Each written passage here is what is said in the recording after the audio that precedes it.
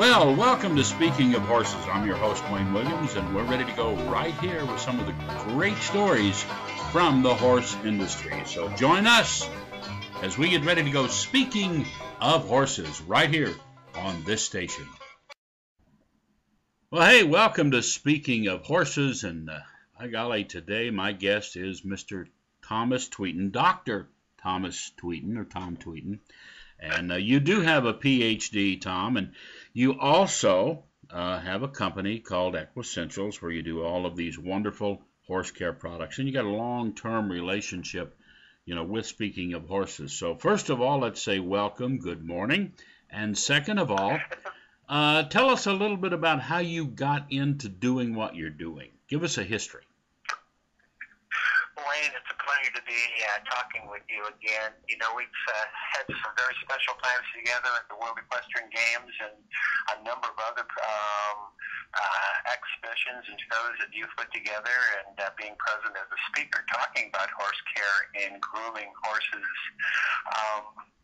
The history really begins way back when I started with horses. I grew up on a working horse farm, and then had horses of my own, showed, and then went off to college, got a PhD in chemistry and human and animal nutrition, and then traveled the world working for different groups. And as we had children, they came to me and asked for horses, and of course I couldn't say no, so that was a segue back into what I call my second childhood of working with horses. And of course, having a degree which requires you to ask a lot of really not simple questions, but sometimes simple questions, but difficult questions as well. I looked at this preparation of horses for working with them and also showing them, and it just didn't seem like these horses were comfortable with what we were doing, the tools we were using and the products that we were using. And of course, having a degree in chemistry and working with personal care companies, I quickly learned that so many of these products that people used were designed by people who formulated for the human side, and when their bosses who owned horses asked them to prepare some products, they basically slightly modified those human products and used them on horses. And as I thought about this, it didn't seem to make sense to me, because many of these products are designed to be put on the human, used by humans on a daily basis, and we really don't shampoo and groom our horses daily unless we're in a very, very high-level show barn. And so it occurred to me that maybe we should really look at this and say, how do I want to formulate a product that works for animals so that they don't have to be groomed and washed every day? And so we went back and basically, as I tell people, from a molecular basis, started putting together formulations that worked for horses, that could go on them, and allowed the hair to continue to function naturally as it should, but that is to move heat and moisture away from the body during the warmer weather, and of course allow that hair to function to keep the horses warm in the cold weather. So a lot of thought has gone into it. We've been in business for 20 years now, working on designing these products, and hopefully we'll continue to do that into the future. Well, Tom, I think about it like you can go to the store as a human. You can go to many stores and you can buy, as Jeff Foxworthy used to say, you could get the certain shampoos, 7 gallons for $1, okay? I won't mention a brand name, but, if you're looking at just getting, okay, I got to get the dirt out of my hair, there's a lot of ways to do that, but some of this stuff is not formulated properly, and man, you get an itchy scalp, you get all this stuff, and you just think about your animals, whether it's your horses or even dogs or whatever. Of course, I've been very unsuccessful at washing cats, but just think about I had to throw that in there. Just think about the and you have, I know, and that's what I'm trying to lead you to, is what it takes to make sure that the skin, after you've washed the hair, that the skin is not irritated and the animal's comfortable. Well, it is, and there are a lot of ingredients out there that function or I should say products that function quite well. But as I say, they're really designed to strip itself, and oftentimes then we strip those natural oils.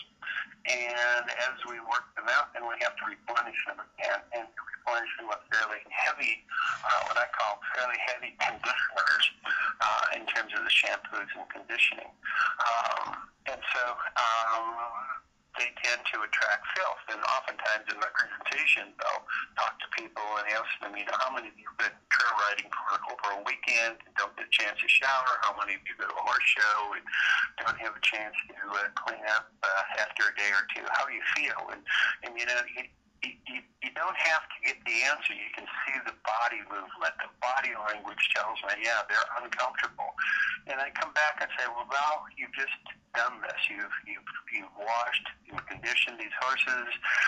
You've put on some materials to make their coat shiny and bright.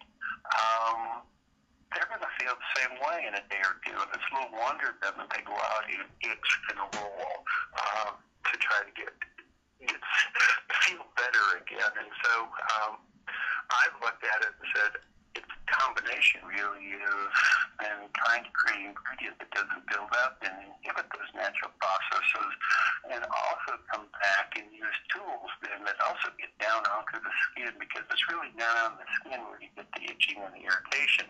And so you're really going to use the right tools as well, using shedding blades and shallow curries to tear at the hair also damages it, and once you damage it, it also tends to be more susceptible to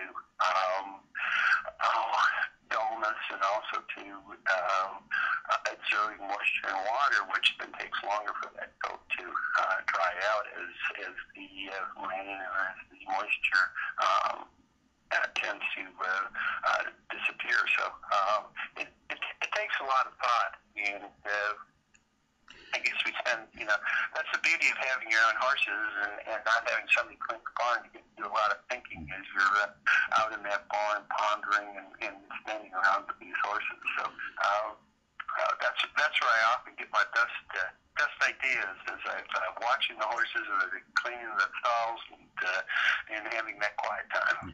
Well, you mentioned something interesting too, and a lot of people don't think much about it.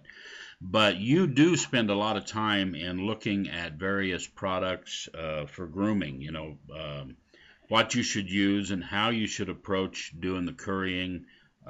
You mentioned shedding blades and things, but a lot of times, people are just worried about, I got to get that hair out, and they start doing the shedding blade. They start doing some kind of violent tools.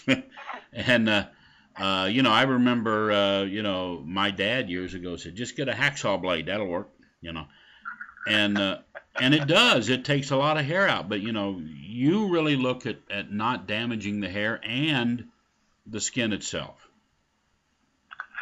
And I think that's really, really important. And as my mom told me many, many years ago, you can clean house a couple times a year, and it takes a day or two to get the darn job done, or you can do a little bit each day, and the house is always presentable for anybody that comes by.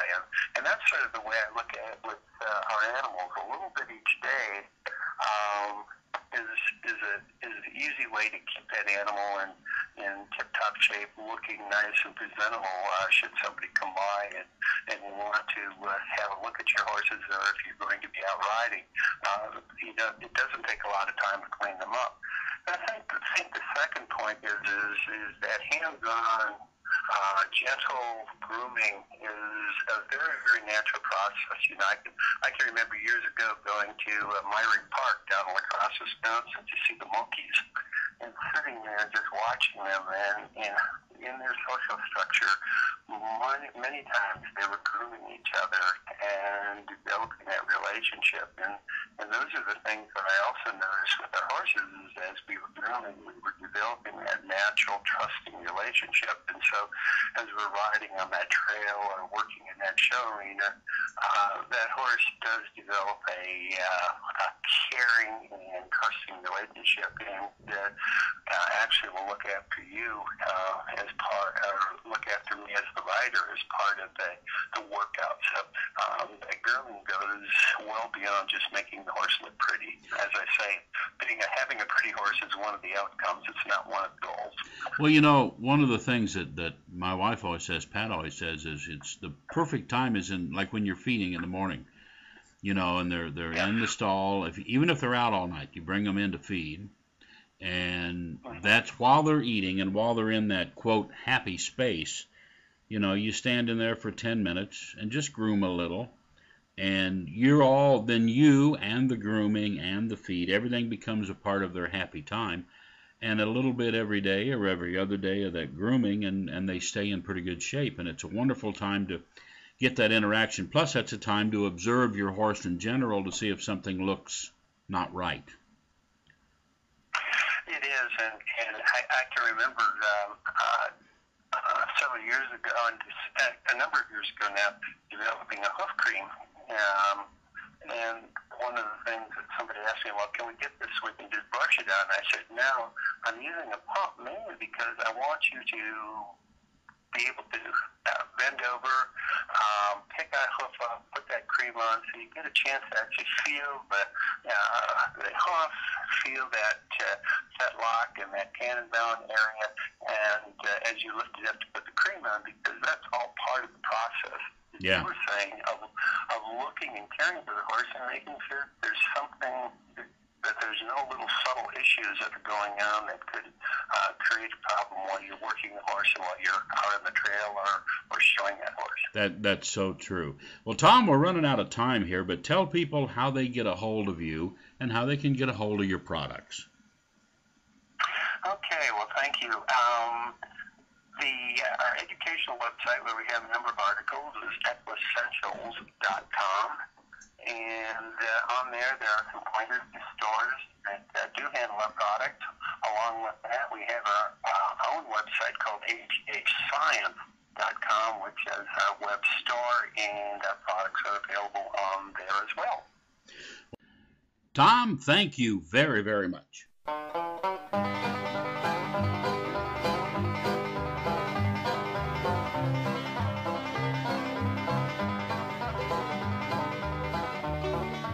Well, that's our show. I'm your host, Wayne Williams. Speaking of horses, we'll be back next week with a brand new show. Or join us at speakingofhorses.com.